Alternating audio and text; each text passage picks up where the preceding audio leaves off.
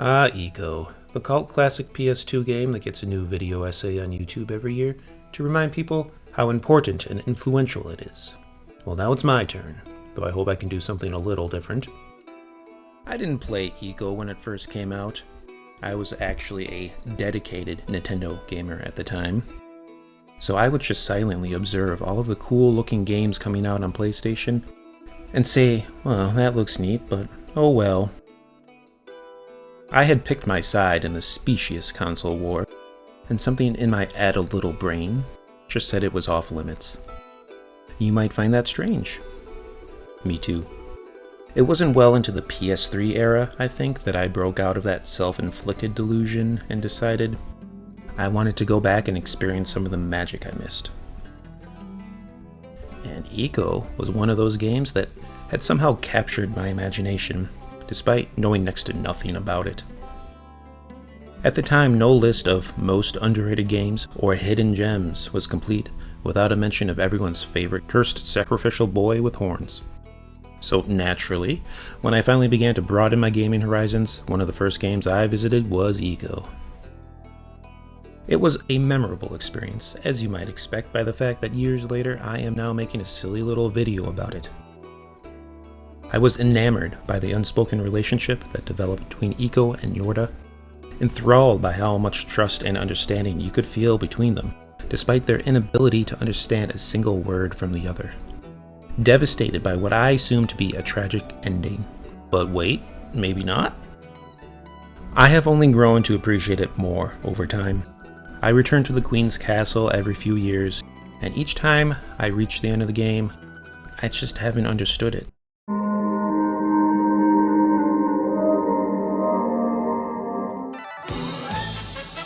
What's really going on here? As a matter of fact, I am totally clueless. Each time, being a few years older and a few years wiser, I tell myself. And I always think, maybe this time it'll make sense. Suffice it to say, simply playing the game was not enough to put the pieces together, obviously. It wasn't until I was learning about some of Carl Jung's ideas, specifically his concept of the shadow, that something in my mind clicked. I wasn't playing Ego at the time. I hadn't even played it recently. I was just sitting on the couch and I had this feeling, oh my god, I'm having a thought right now and I need to tell YouTube. Of course, it had been a few years since I played Ego, so this meant another playthrough of one of the most unique gaming experiences I can recall. Because there really is just something that feels palpably different to me about Ego to this day. Even when stacked up against its kind of sequels, and maybe prequels, in Shadow of the Colossus and The Last Guardian. Something about the presence of the setting, which is essentially a character itself. Or how the main characters cooperate. Or perhaps its minimalistic design. Or the ambiance that seems to just pull me right in.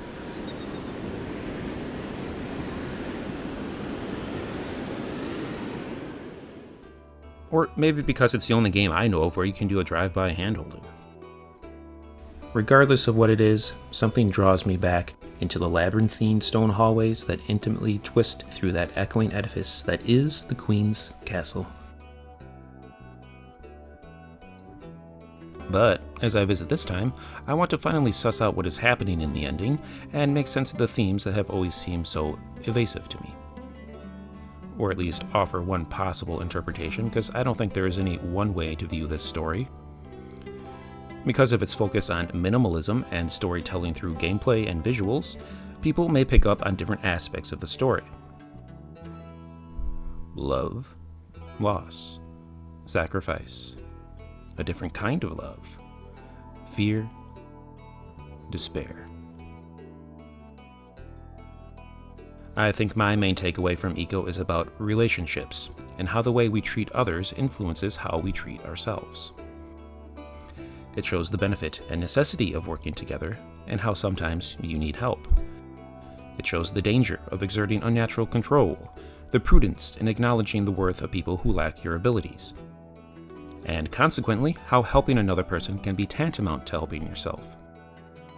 I believe these dynamics can be illuminated by a symbol you are almost certainly familiar with: yin-yang, a symbol representing balance through the interactions of opposites. Understanding the symbol can give perspective on the motivations and actions of the characters in Ico, but it also offers insight in how to come to terms with the worst aspects of yourself, which I will call your shadow. Together, these two concepts, I believe, will finally explain what I have been missing. Understanding the shadow will clarify the Queen's personal imbalance and corruption.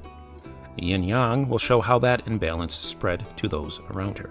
Now, before we begin, I highly recommend doing a playthrough yourself.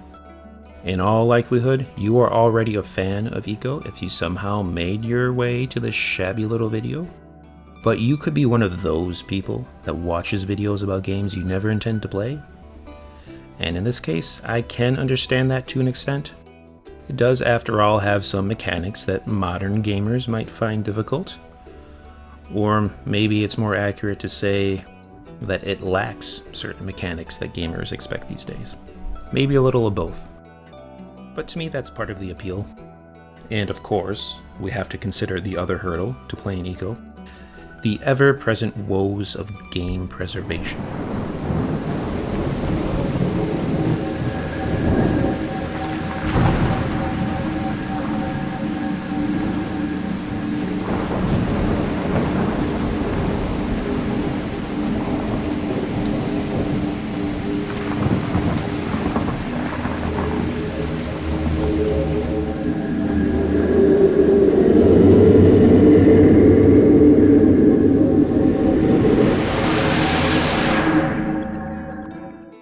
For so many older games, you either have to fork up the dough, dive into an old bin in the basement if you were lucky enough to buy it on release, or, you know, the other option.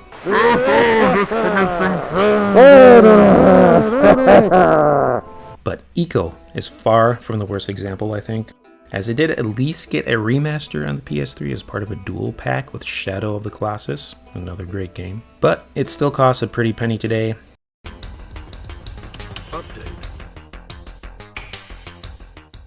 The game costs half of what it did when I started making this video, so there's never been a better time to become an Ico fan. Assuming you have a PS3, and if you don't, well, you know what to do. And if anyone is curious, that's the version I'm playing, the PS3 version. And that's what I played through and recorded all of my footage from for this video. So, let's start at the beginning, ground our feet a little bit, by understanding a little more of the philosophy behind the creation of Ico.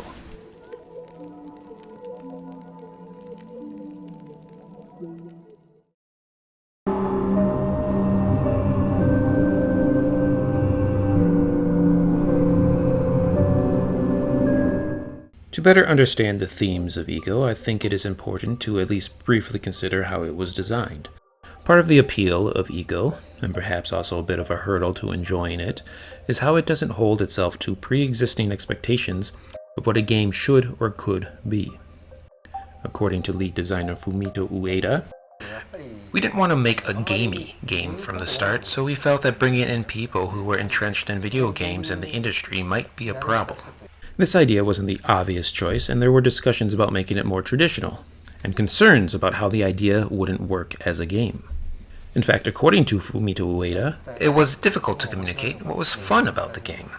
They ended up largely resorting to using videos to convey the appeal of the game because they didn't want to show things on paper.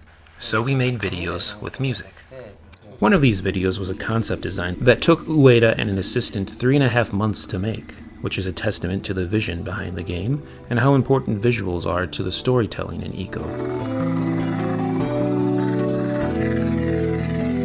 The island bathes in the sun's bright rays, distant hills were a shroud of gray.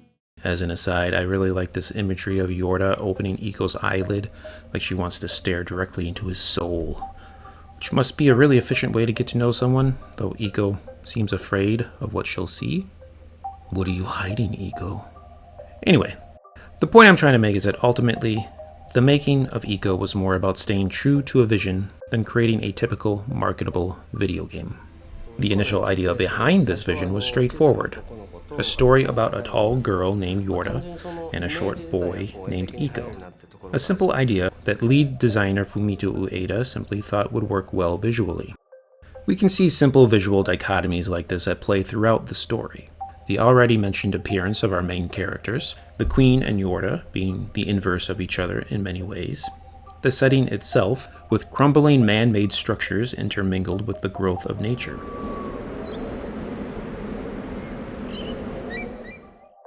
It's also found in smaller, easily overlooked details throughout the game, such as Yorda and Iko's opposing conditions and confinement at the start, as well as the fact that the only other beings in the castle are aggressive black shadows and peaceful white doves.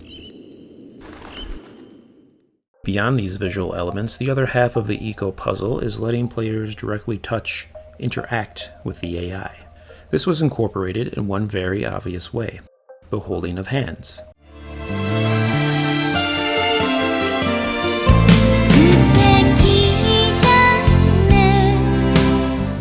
Which is not only very cute, but a practical action that one will persistently engage with throughout the game.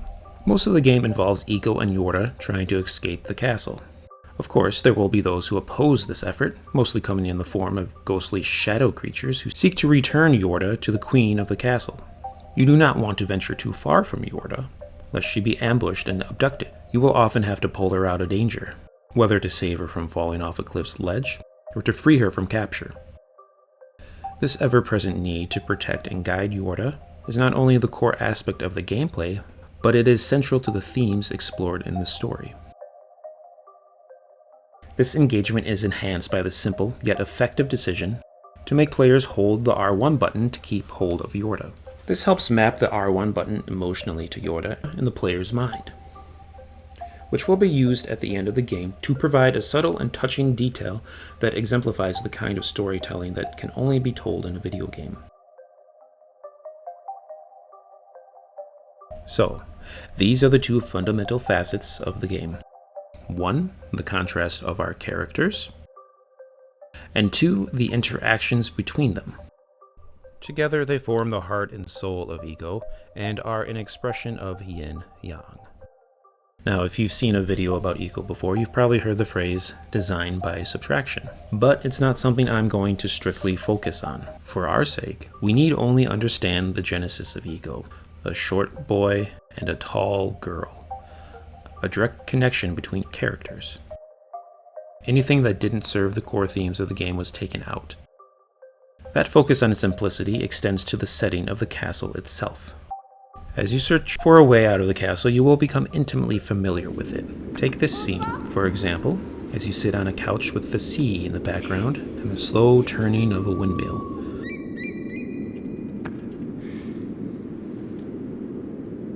Or this one, where you are surrounded by the castle, even though you can hear the call of birds, the howling of wind, the distant sounds of the ocean, as if to serve as a reminder that the seemingly pervasive influence of the Queen has its limits. Or take any number of places where you hear the crackling of fire as the wind blows through the cavernous castle. The only human sound you hear are footsteps on cold stone and metal, enhancing the sense of isolation. All these elements reinforce the themes of the game by establishing an isolated, unnatural environment that seems oppressive and inescapable at first. All in all, the setting and flow of Iko creates a kind of feeling I think we need occasionally, and are more and more often lacking. To experience something that expects patience, which doesn't push you ever onward, afraid to leave you with your own thoughts. Iko asks that you stop and be present, to not inundate yourself with a constant flow of stimuli. So while playing Iko, try to put away the phone, turn off that second monitor playing that video essay you really aren't listening to, and enjoy the quiet ambiance. The sound of the wind, the presence of birds. Stand on a cliffside while listening to the distant shore.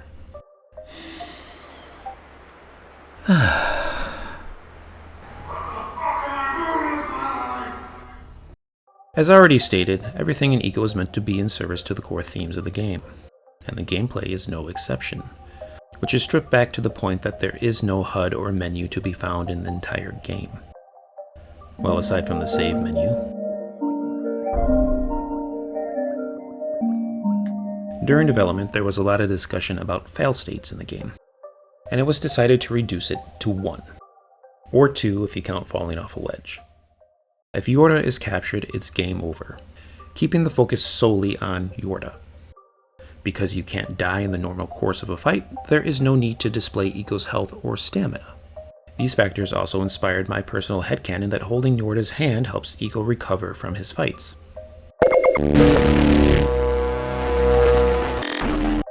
While the combat is about as basic as you can get, the added need to watch over Yorda adds a layer of complexity that serves as the real source of engagement in fights, at least for me. Luckily, the combat and controls are far from the most appealing aspect of the game, and it's not what makes Iko special. I think the gameplay is intended to provide emotional moments of protecting your companion rather than anything mechanically engaging. Finally, I just want to quickly mention the animations.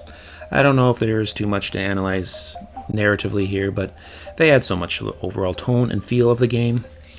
Take even the most mundane aspects, like how Yorda runs when Iko is holding her hand, how you can feel her being pulled and struggling a bit to keep up, how she anxiously looks over her shoulder if being chased by enemies. And I just love how you can still call to Yorda when sitting on the couch, and Iko does this adorable little wave.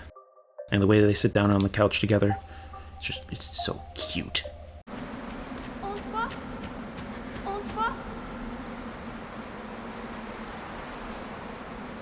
Ugh. And while I'm simply rambling about things I like about the game, I want to talk real quick about the camera as well. I miss cameras like this. It may be hard for some to get accustomed to the camera moving on its own if you're used to the now standard over-the-shoulder third-person affair. It can be hard to adjust to the idea of letting go of some of the camera controls, but when designed right, I find it liberating and cinematic, providing interesting and varied perspectives that allow you to really absorb your surroundings. Presentation is so important for atmosphere, and having these curated views of the castle really add to the ambiance.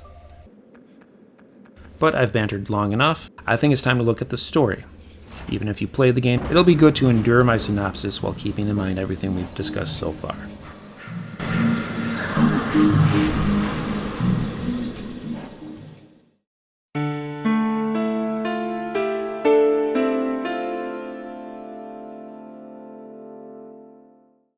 As the screen fades in, we join a group on horseback as they arrive on the scene of a massive structure we'll come to know as the Queen's Castle. We get the sense this is a long, somber journey, and it is almost entirely lacking in conversation. Among this company is a bound boy with distinctive horns growing from his head.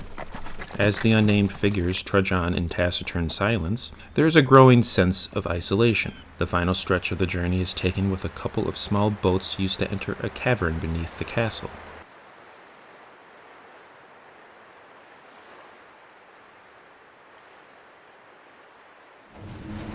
Once they finally dock at the castle, the escorts use a sword, emanating a strange energy, to open a passageway. They have finally arrived at their destination. The sole purpose of their journey was seemingly to confine the boy, who is left for dead. The lone consideration granted to him, now finally given word. Do not be angry with us. This is for the good of the village. It isn't long before our hero makes his unexpected escape, the ruined state of the castle proving to be his saving grace. A loose stone causes his cage to topple, and just like that, he is free. But it is not a gentle deliverance. Iko is knocked out from the fall and experiences a dream, a vision, a premonition. Whatever it is, he sees himself, or maybe experiences himself, cautiously walking up a spiraling ramp in a large tower until spying a figure suspended in a cage amidst a storm. The figure is enveloped in blackness, which seems to be seeping from her, spilling out of the cage and staining the ground far below. Iko reaches out for her, only to be dragged away by shadows.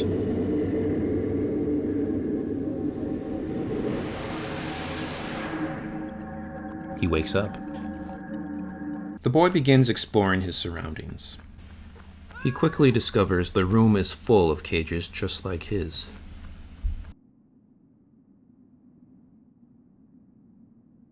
As he warily makes his way up a familiar tower, he makes a discovery that suggests his dream was perhaps not just a dream. There's the girl in the cage, except this time things are a little less ominous. The clear skies and the girl's white dress serving a stark contrast to our initial introduction.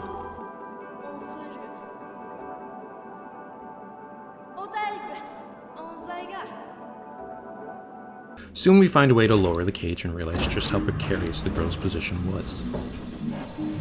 The short boy jumps on top of the cage, and his weight is enough to snap a link in the chain, sending the cage crashing to the ground. Our two heroes meet. The short boy named Iko and the tall girl named Yorda, though we don't know her name yet. On New Game Plus playthroughs, you can read what Yorda is saying, but the first time you play, you get nothing but a strange alphabet, indicating that the two characters cannot understand each other. Regardless, when the girl is suddenly accosted by a shadowy figure, Iko does not hesitate to defend her. After we prevent her capture, we discover that the girl has a power of her own. As Yorda approaches the stone monoliths blocking a passageway, crackling energy sparks forth, causing the monoliths to activate and move aside. Monoliths with a disturbing detail lurking within if you look a little closer.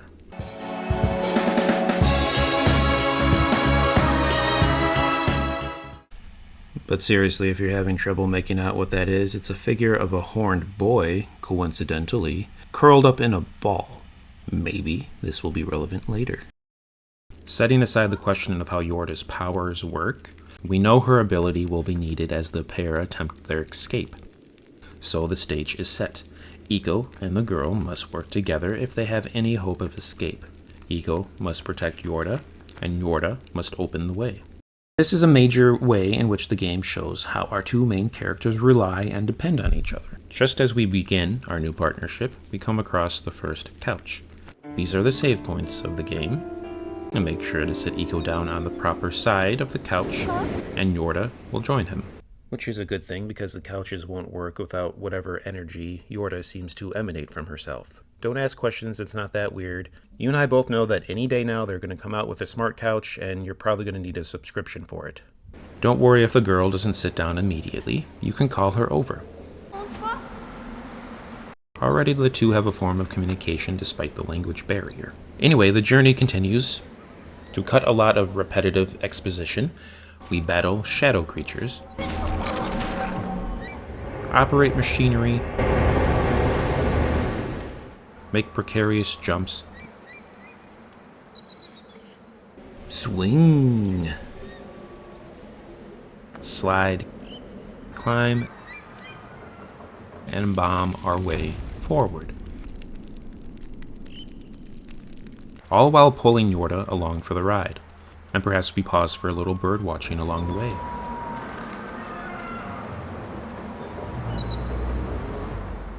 Finally, we come to the front gates of the castle. The gates stand open momentarily, but before we know it, they begin closing.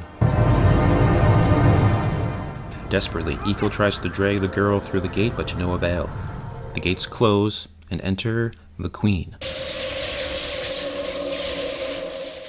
who officially reveals the girl's name, on New Game Plus anyway, and identifies Yorda as her one and only beloved daughter. The Queen then commands Iko to leave before exiting in dramatic fashion.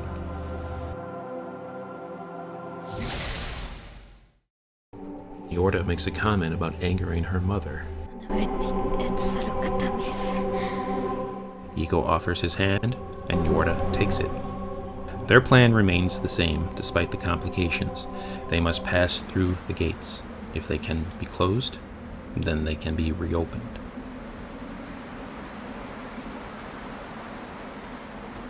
Iko and Yorda now travel to the east and west gatehouses that flank the front gate.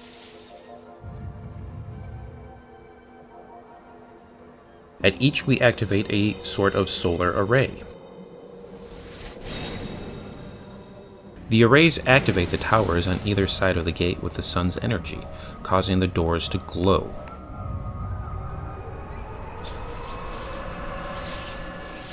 Perhaps they can be opened now? Back to the start to try again.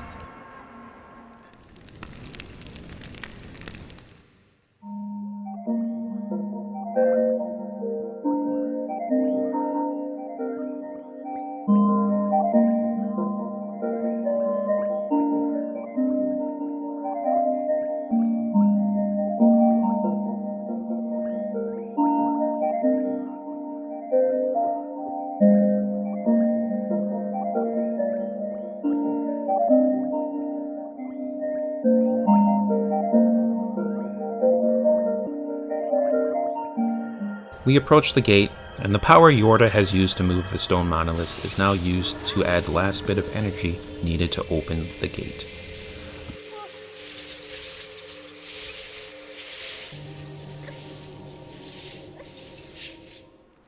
The way out is opened.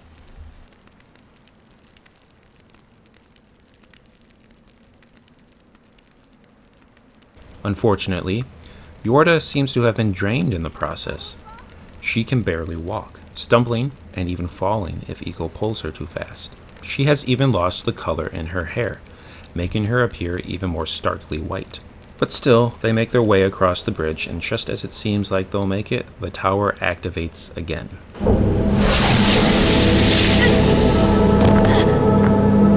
Yorda is further drained and she collapses from exhaustion. Just as the bridge begins to separate, leading to, in my opinion, one of the best examples of storytelling through gameplay I have encountered. You regain control of Eco, and there is only one thing to do. You know you are succeeding or failing together. The game forces you to make a decision in a moment that inverts the relationship between Eco and Yorda, which has been repeatedly reinforced throughout the game. You jump to Yorda, and she catches you. Despite her exhaustion, she is managing to pull Eco up, but then another cruel turn. The queen shows up, and the last of Yorda's strength leaves her. Eco falls, and Yorda issues a final farewell.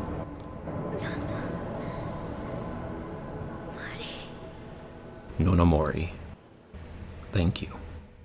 The screen fades. The mood has shifted. Everything is dark, the storm rages, but Eco isn't done yet.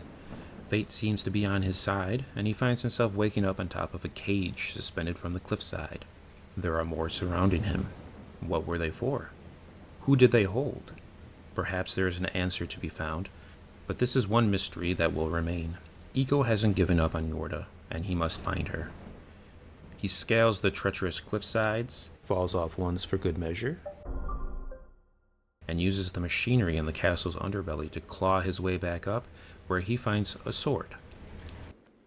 The same strange sword glowing with light that was seen at the start of the game.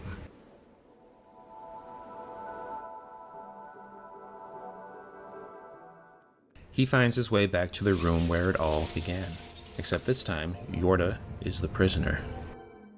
Her body has solidified as if she were a stone statue, preserving her in her final moments of gratitude. The shadowy figures of boys, eerily reminiscent of Eco, surround her, doing something. I can't forgive you for whatever you're doing, even though I don't know what it is! They scatter as Eco approaches, but unlike all the other shadows we've seen, they do not attack. As Eco dispatches them one by one, the stone sarcophaguses that line the room light up.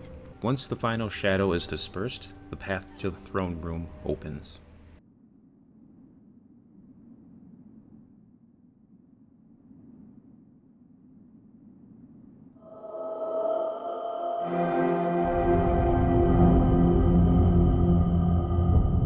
We confront the Queen, who spouts the expected villain monologue, revealing that Yorda is meant to be her vessel.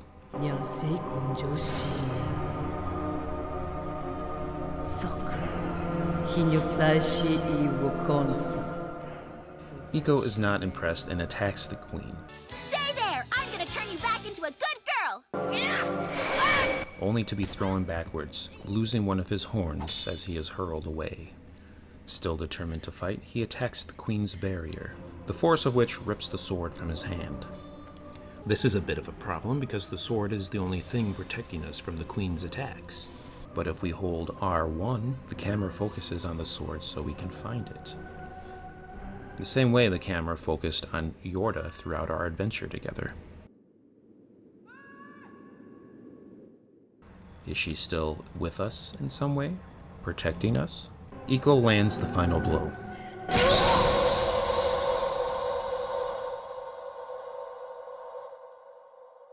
The Queen claims Yorda will never be able to escape, as she suddenly disappears, violently throwing Eco back.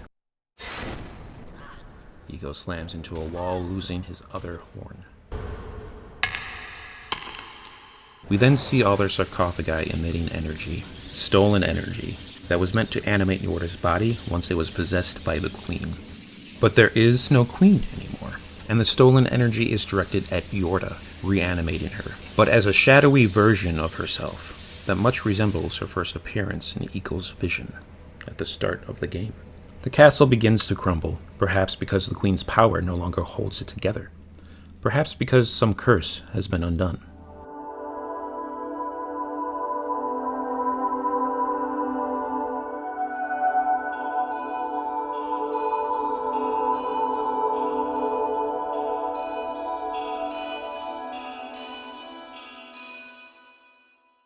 Yorda appears calm in a way that suggests she has not lost herself.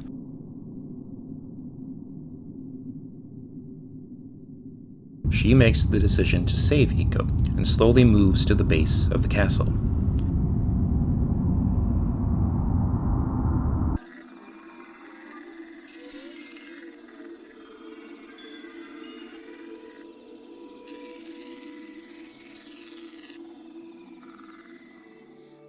Here she gives Eiko another final farewell.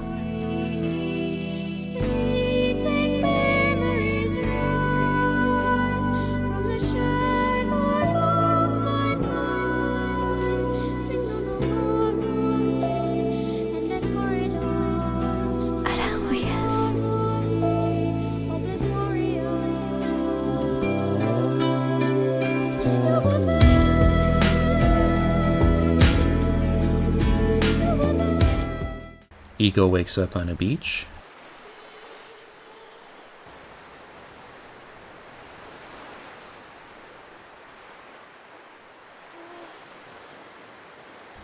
Grabs a nearby watermelon, mandatory, and begins sauntering down the shore. He eventually stumbles across a familiar face.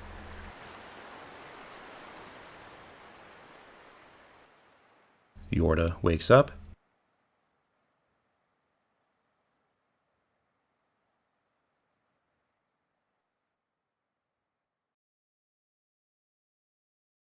And they enjoy some watermelon together.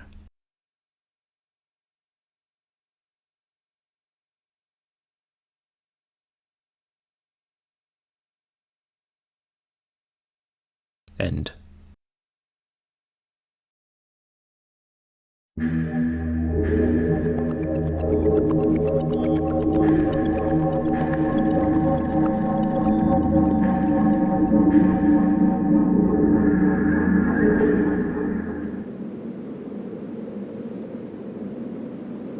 Now that we've covered the basics, let's get into more detail and start trying to figure out exactly what happened in the ending. I want to begin by discussing how I will use the term shadow. In Jungian terms, it is the part of yourself you deny. The dumping ground for everything we find most shameful within ourselves, which we can't or won't accept as part of our being. We hide our shadows from the world and often ourselves, so we may more easily pretend we are who we want to be. I believe the events of this game transpire because of the Queen's fear of death and her refusal to confront it. She has shoved this fear out of her conscious mind, but it must remain a part of herself, so it becomes part of her shadow. Her inability or unwillingness to reconcile with her shadow leads to an obsession with circumventing any confrontation with her suppressed self. To avoid this confrontation, she unnaturally prolongs her life through sacrifice, claiming the lives of outcasts in order to sustain her own. But the longer she runs from her shadow, the more it exerts its control over her in a twisted way. We cannot escape our shadow because it is us. For this reason, our shadow is also compelled to be seen. A good demonstration of this is from the Clone Wars TV show. Watch how Yoda comes to terms with his shadow. Part of me, you are not.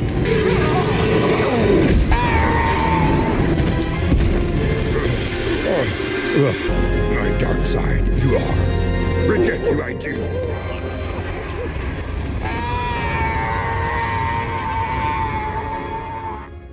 This is a brief, well, probably overly brief, way to understand what I'm trying to say. Though we should not think we can destroy our shadow. That would be like destroying a part of yourself. Instead, we integrate it into our awareness.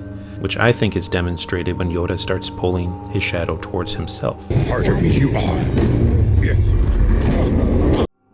He is telling his shadow, Together we are.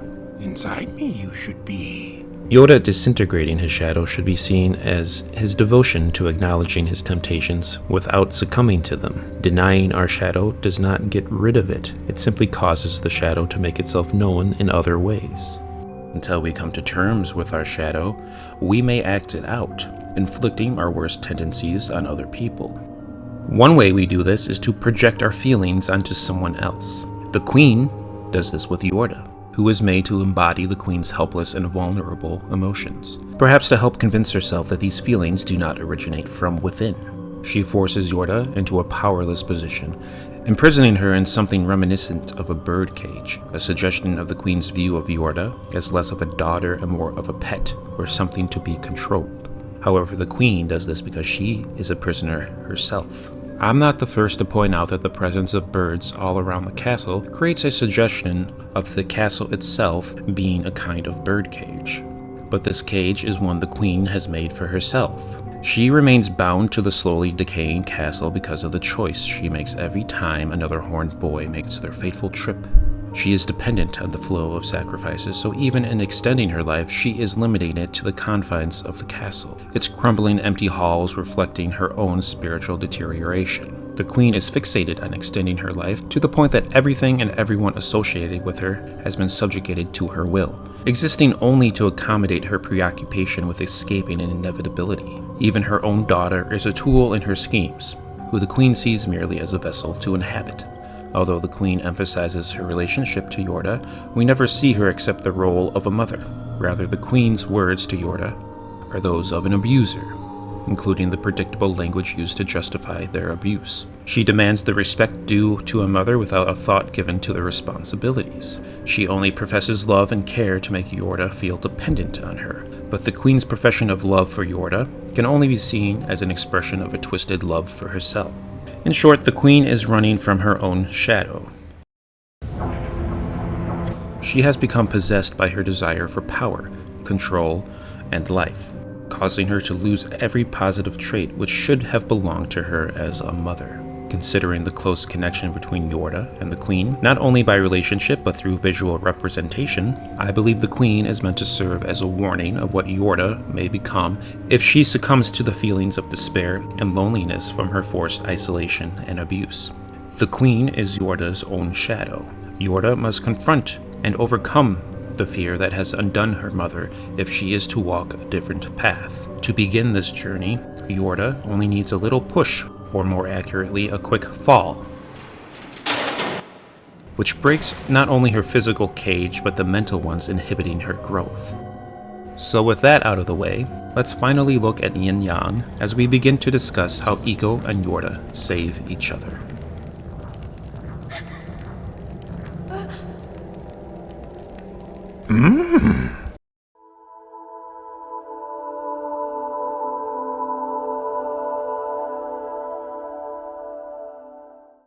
I believe that understanding Yin Yang can help clarify the relationships between the characters in Iko. Beyond this, it can also offer insight into the current hostile state of the castle and how a more harmonious coexistence can be re-established. I want to clarify a couple things. One, I am not proposing this as the only interpretation of the story, just one way to look at it. Two, as with all symbols, I see them as a tool for understanding. You don't have to see them as being literally a representation of how the world works, but as a simple, understandable way to express meaning and grasp concepts. And I should also say beforehand, as I'll be talking about feminine versus masculine traits, this is all based on the traditional view of such things for the sake of simplicity and familiarity. There is nothing that says masculine traits cannot be personified in women, or that feminine traits cannot be embodied by men. This is simply a discussion of dichotomy and the relationship between contrasting forces or tendencies. Alright, I think that's enough ado.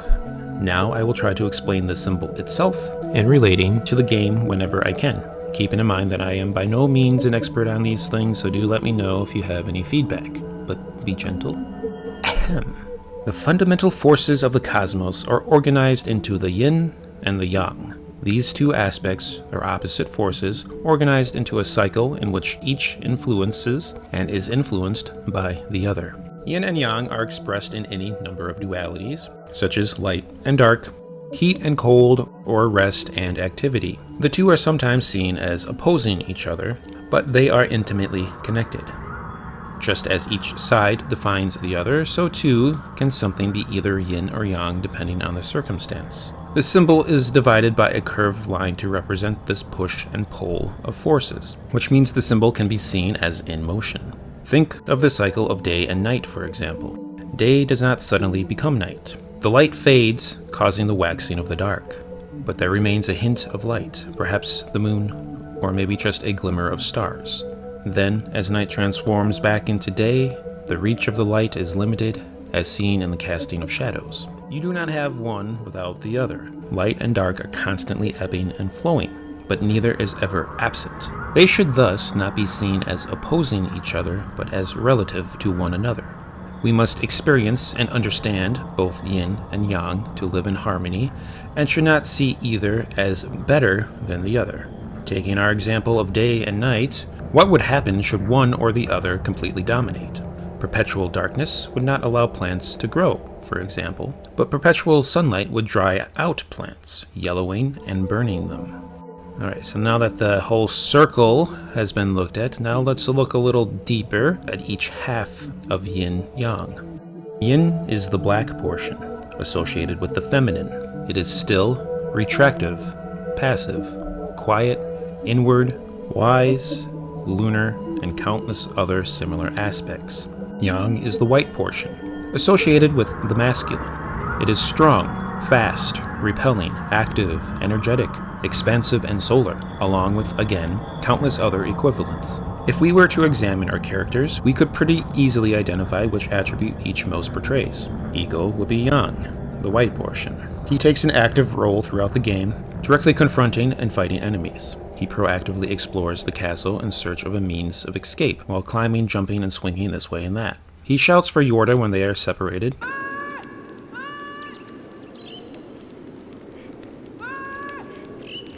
and offer prods her into action, literally pulling her along for much of the journey.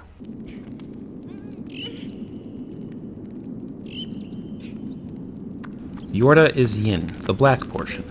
She is noticeably passive, unable or unwilling to protect herself against enemies, offering little to no resistance when grabbed.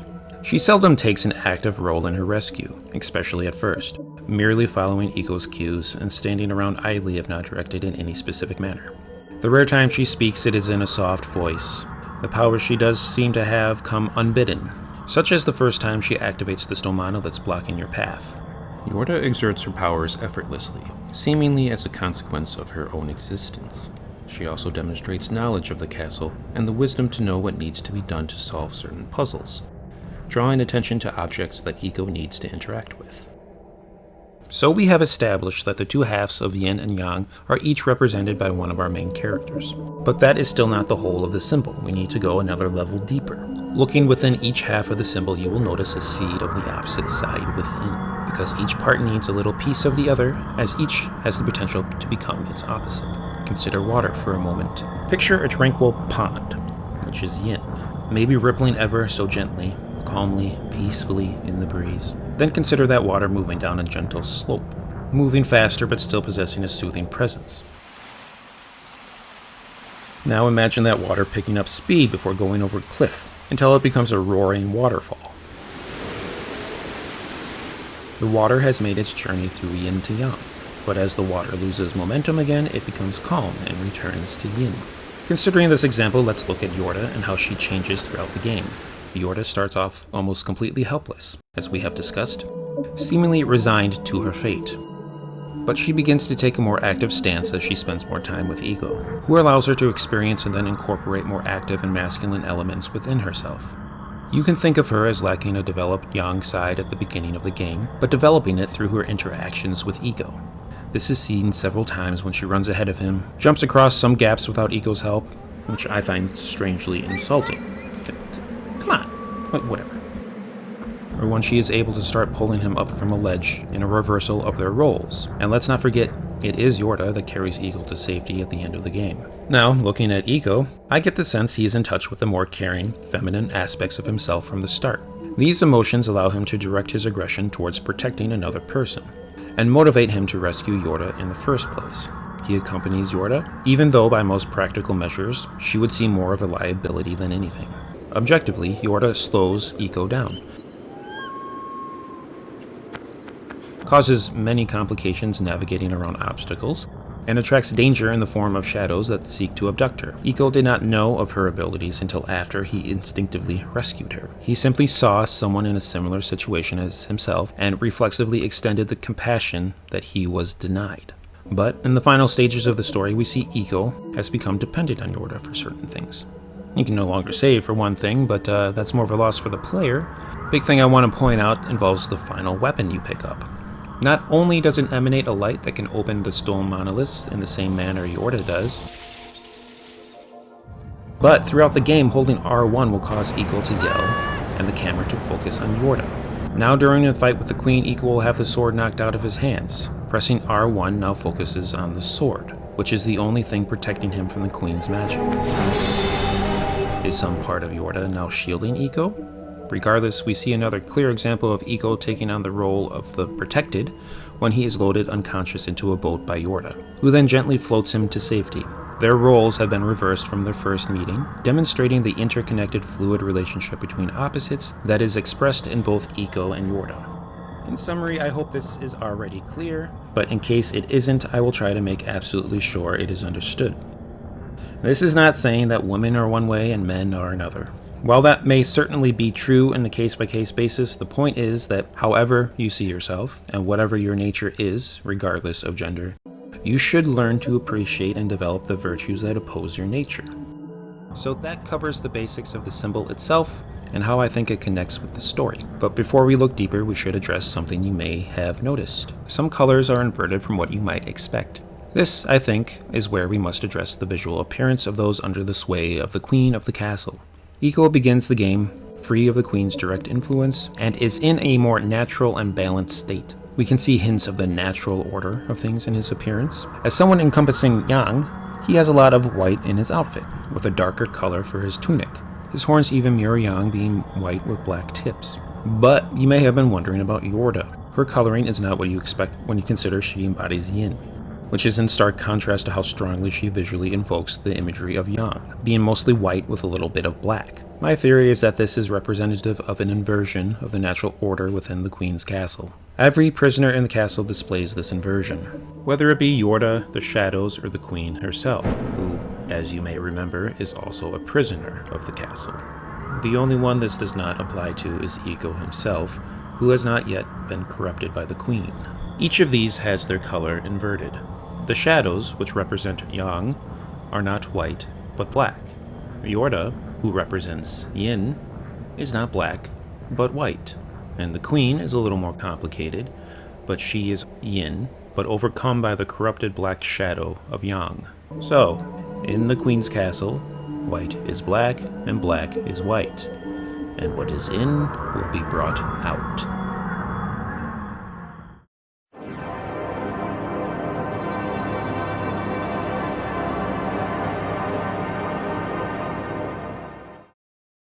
Do you feel it? I feel it. I think finally, after all of these years, I may understand what is happening in the ending. But let's not get ahead of ourselves. And sorry if I get a little long-winded in this section. I hope you stay with me for the ending, because it will be worth it. But of course I would say that, so do you believe me? I don't know. You've listened this far. Are you going to quit now? All right. To address the residents of the castle and their appearance, I will start with the Queen herself.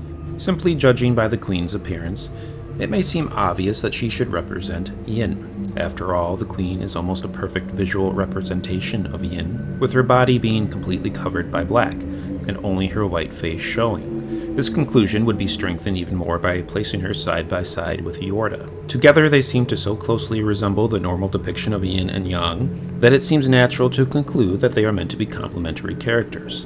But I don't think this is the case. The Queen and Yorda represent an unnatural, unbalanced, and one-sided relationship. And we're gonna pause on this image for a little bit, because I think it's super important as a representation of the point I'm trying to make.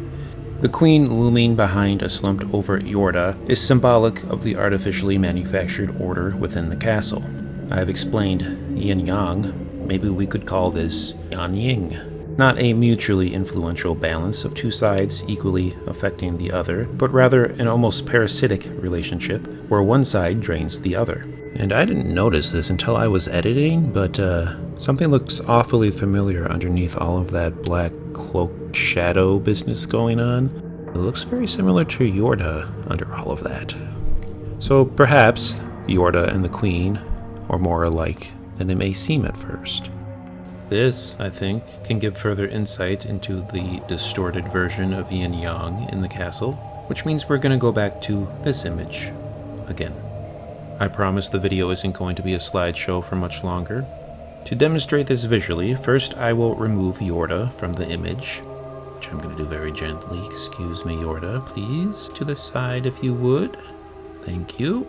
Then I'm going to replace the Queen with her core self, which is more reminiscent of Yorda as we know her. Then I will add back in the version of Yorda that we first meet, which is more reminiscent of the Queen. Please excuse her flat head. We all have flat heads once in a while. This may more closely resemble the original visual representation of each. But the Queen is slowly draining Yorda to enrich herself by sapping Yorda's life force. However, this is a closed system, and at some point the other side has nothing left to give. This is where the Horned Boys come in. The energy has to come from somewhere, so they get mixed up and churned into the cycle. Just take a look at the designs on the outside of Eco's cage, and how it lights up when opened, then stops again when closed. Am I the only one who sees this and is reminded of your wireless mouse or laptop or whatever device reminding you to charge it? If we compare the lights of the sarcophagi to their appearance at the end of the game, we can see the difference. They are glowing with a white energy, fully charged by the shadows once they are dissipated by Eco and return to their confinement. These shadows are derived from sacrifices like Eco. In fact, I believe it possible that Yorda ultimately derived her life force from the sacrificed boys, further deepening the parallels between the Queen and Yorda, and reinforcing the role of the Queen as a potential future version of Yorda. Notably, the first time we see her, she seems to emerge from a puddle of the black shadowy substance that forms the shadow creatures. Regardless of whether or not you believe that particular take, it is still true that the Queen is prolonging her life at the expense of others. However, such a state cannot last. The Queen keeps her body animated by absorbing the masculine energy of the Horned Boys. Yorda's existence is intended to solve the other problem, her body's natural decay. This is a twisted version of yin-yang, not a cycle of harmonious balance, but of slow decay, as one side of a pair seeks dominance at the expense of the other. If you can think of yin-yang as two synchronized swimmers in harmony, Yorda and the Queen's relationship would be more like a synchronized drowning, which most courts would consider murder. I am not speaking from personal experience. The Queen isn't evil because she visually is composed of dark black shadows. Remember, we shouldn't see either yin or yang as something to be avoided. The difference between the Queen and Yorda is that the Queen has been overcome by her inner self in an unhealthy way. She absorbs others' power to sustain her life, but is in turn being consumed. It's a small detail, but whenever you meet her, she has to push away the shadow around her face. So it seems it may take an active effort on her part to not be completely overtaken. This is something that may be referred to as animus possession. What does that mean? Men and women each have an inner opposite that they must foster. Much like in yin, there is a little yang and vice versa. The inner woman of a man is the anima. The inner man of a woman is the animus. To live in harmony, a healthy individual will have a developed anima or animus.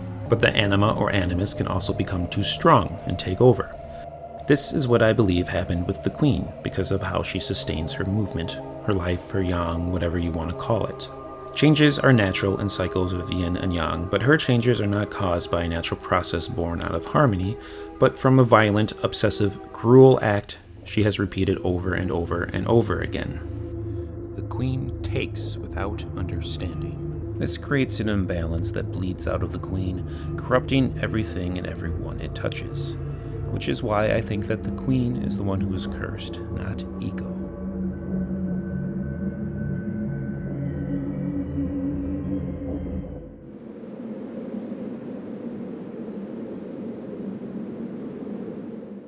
Let's look further at this inversion occurring in the castle and offer a possible explanation for how it started.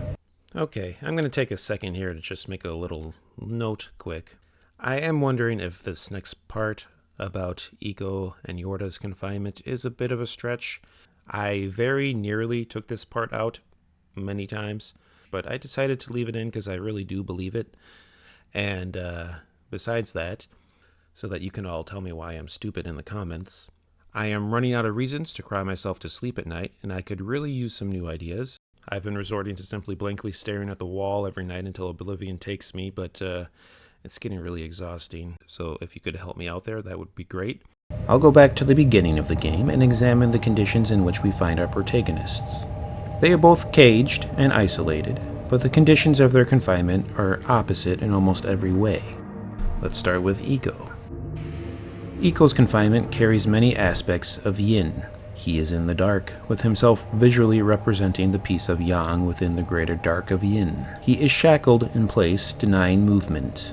The only opening in his cage is a small viewport, but it's not meant for him, as he is shackled facing away from it, forcing him to look inward, preventing any outward expression.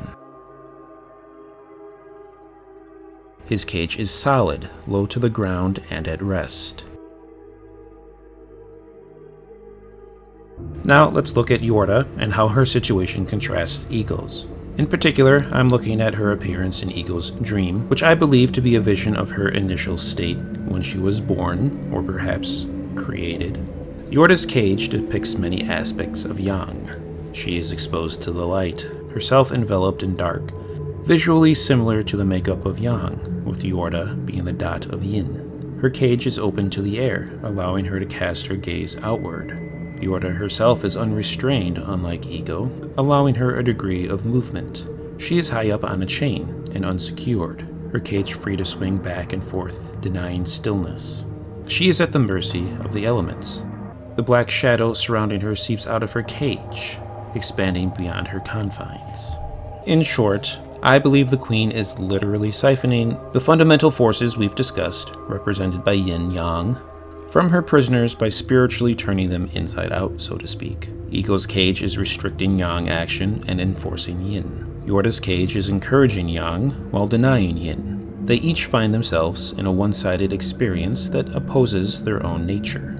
The inner circles of yin and yang no longer represent possibility or potential, but limitations and restraint.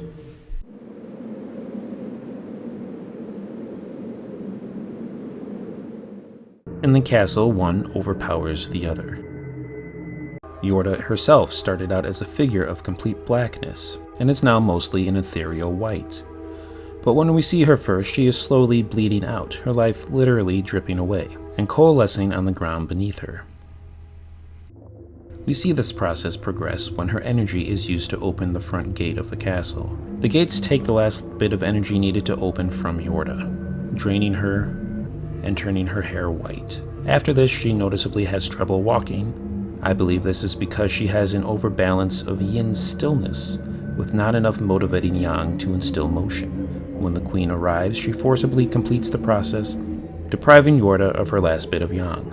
With no more active element to balance the still inward nature of yin, she can be nothing more than a statue. The horned boys, on the other hand, are drained like some kind of cursed battery, and the energy enters the sarcophagi that line the sacrificial chamber. And remember how the monoliths contained the figure of a horned boy within? Morbidly, I believe these are the actual lifeless husks of previous sacrifices, what is left over of their physical form once they are drained completely. Notice how the tendrils of energy from the monoliths always arc towards the figure of the boy huddled within. I believe this brings the boy to life again, in some manner, if only briefly, allowing them to move aside. Any shadows in the vicinity, lacking bodies, are absorbed in the process. After the energy is used up, the prisoners return to their silent vigil once more. The boys are then used in multiple ways to unwillingly continue the cycle that dooms others to their fate. Not only do they give life and motion to the queen, their oppressor, who perpetuates the cycle of sacrifices, but they also impede any who would seek to escape this fate. The shadows are souls without a body, dispatched by the queen to capture Yorda, whose fate is to be a body drained of its soul. The queen hoped to bring these two stolen halves back together again to create a new body for her to inhabit. This process was near completion when we stumbled upon the strange wake being held for Yorda. The non-aggressive shadows we see would be what's left of the consciousness of the queen's previous sacrifices. All that remains is their need to belong, denied from birth. I believe this is why they do not fight back, and eagerly crowd around Yorda, perhaps sensing their fate to become a part of her, or perhaps they are simply desperate to be whole again. I believe we must consider a last few nagging details as we ponder what this all means. What happens in the ending? Can we hope for a happy ending for our heroes? We will discuss this, but more importantly, will I finally be happy when I finish this video? No.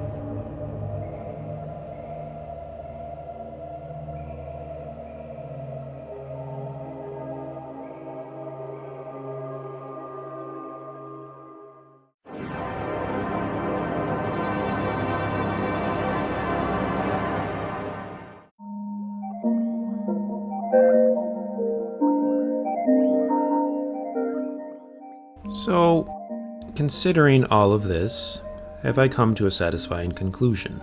After all this time, do I feel like I finally understand what is happening in the ending? Well, maybe, but only if you consider that the deliberately vague design of this game leaves it up to interpretation. One way is to see the game as exploring the process of abuse or isolation, leading to the perpetuation of a cycle in which the victim becomes the perpetrator. Perhaps we can see the planned possession of Yorda as Yorda becoming her shadow, with the queen's spirit symbolically taking over, guiding Yorda's actions, and turning a once innocent victim into a cold, heartless, and domineering tyrant. This cycle of corruption has repeated over and over for who knows how long. But of course, this time, things worked out differently, with Eiko able to offer a way out. By removing the most immediate barrier to change, Eiko gave Yorda a chance to grow and to learn from someone else, someone with characteristics she would have otherwise struggled to find within. In fact, without outside interference, she willingly withdrew from these masculine traits, seeing them only as a cause of pain due to their role in her confinement. Of course, this is all changed because of the toppling of a single stone. The crumbling state of the castle suggests this outcome would only become more likely over time, showing how fragile this cycle really was despite how inevitable it seemed. But if we take this further and consider what might have happened without Eiko, this means we could see the queen as a potential version of Yorda within herself. It may be hard to imagine Yorda becoming someone so cruel and domineering, but if there is a potential for bad and good people, is there not also potential for good and the bad? If so, can we not look past the boastful, mocking behavior of the queen and see the scared, lonely girl she once was? To see someone who cannot believe in change for themselves or any other, because nothing ever changed for her. Perhaps there isn't a happy ending for everyone. Some people do not get the help they need, and sometimes we are our own worst enemies. After all, in this cycle of despair, the intimate parallels between the queen and Yorda could really be a sign that the queen has been abusing herself all along. One thing I think is true is that if you find yourself stuck in a mentally unhealthy place, that first step can be the hardest part. It can be scary, unsettling, jarring, or even painful. But at some point you will have to take that step. Sometimes you'll be able to do it yourself. Sometimes you'll get lucky and an opportunity will present itself or be dropped in your lap, or in Eiko's case, dropped on your head. But sometimes we don't see the cage we've built around ourselves, and it seems there is no way out. Sometimes you need someone to help you, to put you in a position that allows you to start. The journey from there may be difficult, and you may feel like giving up. Hell, you may have already given up. but there is always the possibility for change. I think at some point we have all had a sense that things are not as they should be, that the world isn't fair and life should be more than it is. It's hard to shake this feeling that rises to the surface occasionally and tells you something is missing. All too often, I think we have a tendency to try and silence this voice by exerting our control over other people in a vain attempt to gain control of our doubts. We think that externalizing our need for control and exerting it over other people will somehow silence the doubts and allow us inner peace. I can't help but look at the world around me and see this happening every day, to the detriment of us all. I hope I don't have to say it, but this is tragically misguided. It is exactly what the Queen tried, and I hope you agree by now that she didn't exactly do anybody any favors, including herself.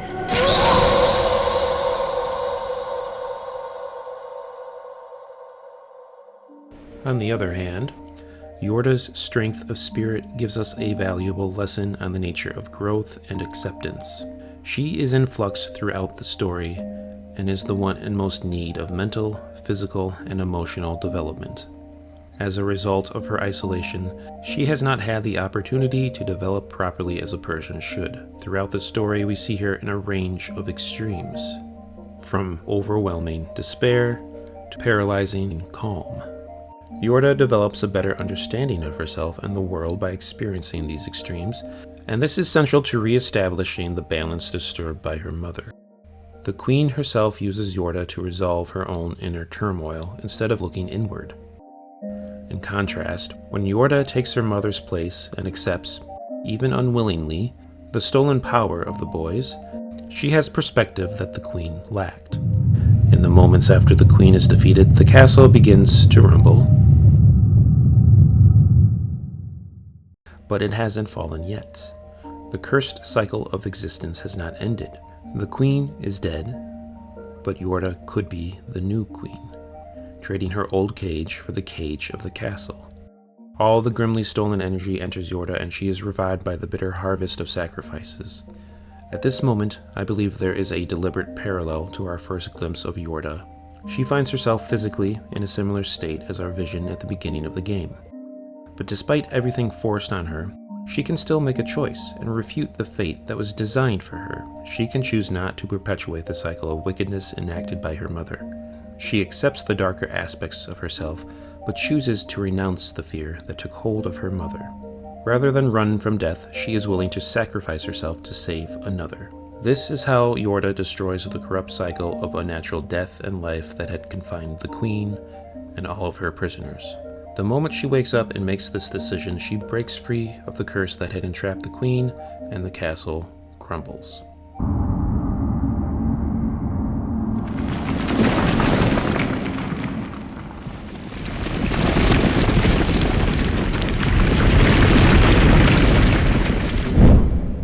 Who you were and what you've experienced can be such a burden that holds you back from who you want to become. It is no simple feat, because we must first acknowledge our shadow, the parts of ourselves we don't like. We must be able to look at the worst in others and see ourselves.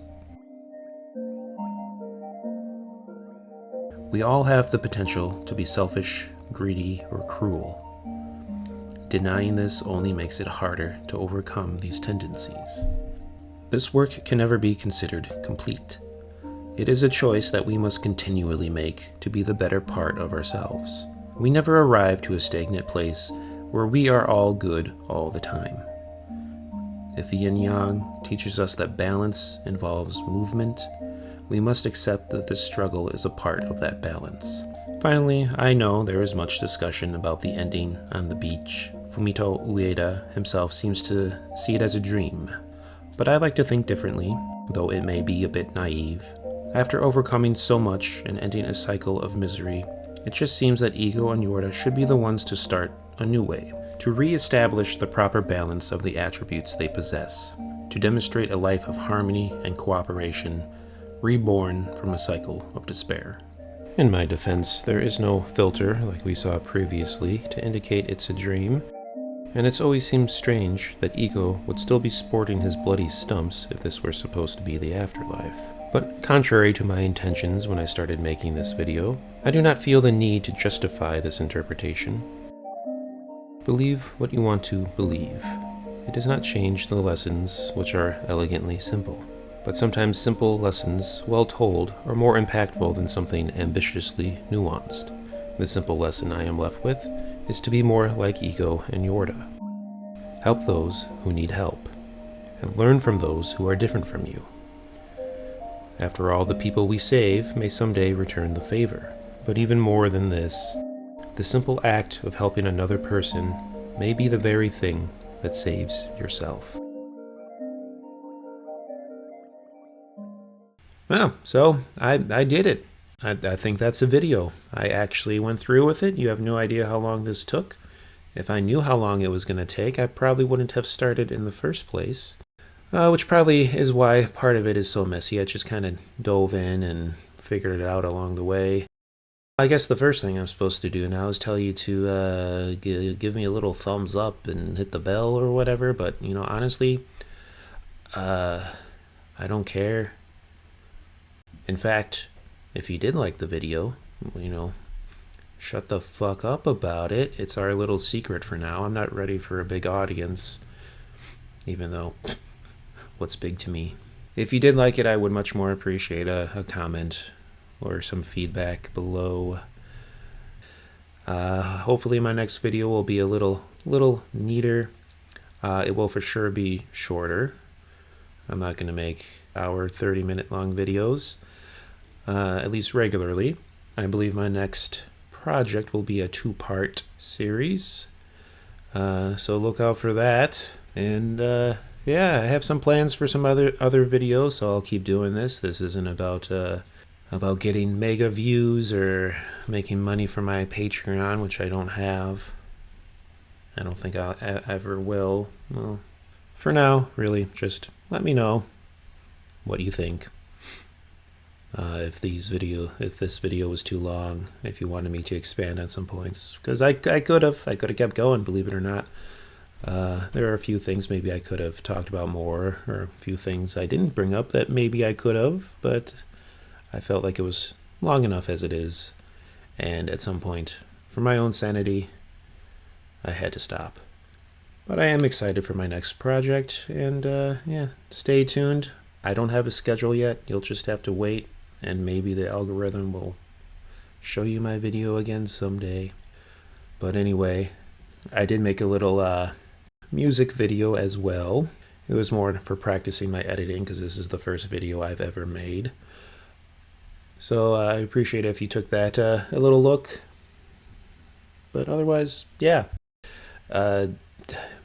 Leave me alone now.